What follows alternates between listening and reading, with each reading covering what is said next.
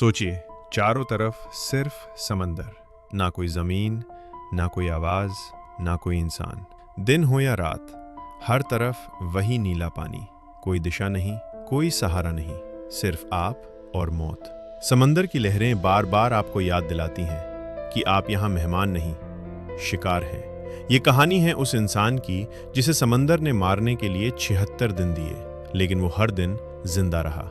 तारीख थी 28 अप्रैल 1965। 20 साल का एक लड़का स्टीवन कैलाहन अकेले अपनी छोटी सी नाव पर अटलांटिक महासागर पार कर रहा था। उसकी नाव का नाम था नेपच्यून। ये कोई आम यात्रा नहीं थी, ये उसकी जिंदगी का सपना था। दुनिया से दूर, समंदर के बीच, खुद के दम पर जिंदा रहने का सपना। वो जानता था कि यह सफर आसान नहीं होगा, लेकिन उसे भरोसा था अपनी तैयारी पर, अपनी हिम्मत पर। दिन में वो नाव की रस्सियां जांचता, लकड़ी की मरम्मत करता, हवा और लहरों का अंदाजा लगाता। रात में डेक पर लेटकर तारों को देखता और सोचता कि कहीं न कहीं यही आजादी है। कई दिनों तक सब कुछ बिल्कुल सही चला।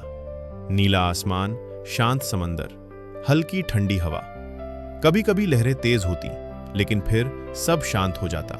स्टीवन को लगने लगा कि शायद समंदर ने उसे स्वीकार कर लिया है। लेकिन समंदर कभी किसी को ज्यादा देर गलतफहमी में नहीं रखता। एक रात जब स्टीवन गहरी नींद में था, अचानक एक जबरदस्त धमाका हुआ। इतना तेज कि उसकी नींद सीधे डर में बदल गई। ऐसा लगा जैसे किसी ने नाव को पूरी ताकत से नीचे से टक्कर मार दी हो। स्टीवन हड़बड़ाकर उठा और तभी उसने महसूस किया नाव तेजी से डूब रही है। पानी हर कोने से अंदर घुस रहा था। वो बाल्टी से पानी बाहर फेंकने लगा, लेकिन जितना निकालता उससे ज्यादा अंदर भर जाता। उसकी सांसें तेज हो गईं। वो चिल्लाया, लेकिन सुनने वाला कोई नहीं था। कुछ ही मिनटों में नेपच्यून समंदर में हमेशा के लिए गायब हो गई। उस पल उसका सपना भी उसी के साथ डूब गया। अब उसके पास सोचने का समय नहीं था। वो कूद गया। अब उसके पास सिर्फ एक चीज थी, एक छोटी सी रबर की लाइफ राफ्ट, पतली, कमजोर, लगातार हिलती हुई, और चारों तरफ अनंत समंदर। पहली रात वो पूरी तरह टूट चुका था। राफ्ट पर बैठा बैठा वो पानी को देखता रहा, फिर अचानक रो पड़ा, क्योंकि उसे समझ आ गया था ये कोई रेस्क्यू स्टोरी नहीं होने वाली। अगली सुबह नई मुसीबत लेकर आई। सूरज सीधे सिर के ऊपर था। धूप आंखों को जला रही थी। पानी नहीं, खाना नहीं, गला सूख रहा था, होंठ फटने लगे थे। राफ्ट हर लहर पर डगमगा रही थी। हर झटका उसे याद दिला रहा था कि वो कितना असहाय है। दूसरे दिन उसने पहली बार शार्क देखी, धीरे धीरे राफ्ट के चारों ओर घूमती हुई, इतनी पास कि उसकी आंखें पानी के ऊपर और नीचे दोनों तरफ दिख रही थीं। उसका दिल जोर जोर से धड़कने लगा। स्टीवन हिल भी नहीं पाया, क्योंकि वो जानता था अगर वो पानी में गिरा तो कहानी यहीं खत्म। दिन बीतते गए। दिन में सूरज उसकी चमड़ी जला देता, त्वचा छिलने लगी, होंठ फट गए, आंखों में जलन होने लगी। रात में ठंड हड्डियां जमा देती। राफ्ट पर लेटना सजा बन चुका था। तीसरे हफ्ते तक उसका दिमाग उसके खिलाफ होने लगा। उसे आवाजें सुनाई देती।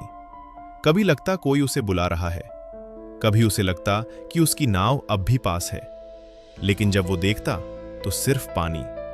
उसने बारिश का पानी इकट्ठा करना सीखा, अपने कपड़े फैलाकर हर बूंद जमा करता। हर बूंद उसे जिंदगी का तोहफा लगती थी। मछलियां पकड़ने के लिए उसने तार और हुक बनाया। पहली बार जब उसने कच्ची मछली खाई तो उल्टी हो गई, आंसू निकल आए, लेकिन भूख उससे ज्यादा खतरनाक थी। हर निवाला जिंदगी था। दिन 30 तक शार्क और पास आने लगी, कभी राफ्ट के नीचे से, कभी बगल से। पानी के नीचे उनकी परछाइयां मौत जैसी लगती थीं। एक दिन एक शार्क ने राफ्ट को दांत से काट लिया। हवा धीरे धीरे निकलने लगी। उस पल स्टीवन को लगा अब सब खत्म, लेकिन उसने खुद को संभाला। अपने हाथों से छेद दबाया।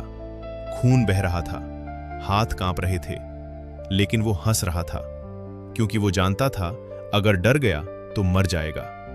दिन 40, दिन 50। उसका शरीर पूरी तरह टूट चुका था। वजन लगभग आधा रह गया था। आंखें धंस गई थीं, हड्डियां साफ दिखने लगी थीं, लेकिन उसकी एक आदत उसे जिंदा रखे हुए थी। वो हर सुबह आंख खोलते ही खुद से कहता, आज नहीं मरूंगा। दिन 60 पर वो लगभग पागल हो चुका था। वो समंदर से बातें करता, शार्क से झगड़ता, अपने ही दिमाग से लड़ता। और फिर आया दिन 76। वो लगभग होश खो चुका था। तभी उसने कुछ देखा। पहले लगा भ्रम है, लेकिन फिर वो साफ हुआ। एक नाव। उसने अपनी पूरी ताकत से हाथ हिलाए। आवाज गले में ही टूट गई।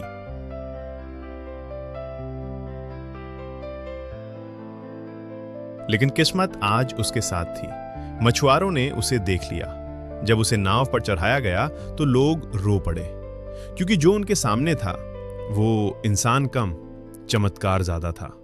76 दिन समंदर में, अकेला, शार्क के बीच, बिना उम्मीद, फिर भी जिंदा रहा। दोस्तों, ये कहानी हमें एक बात सिखाती है। मौत हमेशा ताकत से नहीं जीतती, अक्सर जिद से हार जाती है। अगर आप यहां तक सुन पाए हैं तो समझिए, आपके अंदर भी वो ताकत है जो हार नहीं मानती। आपको ये चमत्कारिक दास्तान कैसी लगी? क्या आप भी मानते हैं कि इंसान की हिम्मत के आगे पहाड़ भी झुक जाते हैं? अपने विचार हमें नीचे कमेंट बॉक्स में जरूर बताइए। दोस्तों, ऐसी ही दिल दहला देने वाली और प्रेरणादायक सच्ची कहानियों के लिए हमारे साथ जुड़े रहें। फिर मिलेंगे एक नई दास्तान के साथ। तब तक के लिए सावधान रहें और सुरक्षित रहें।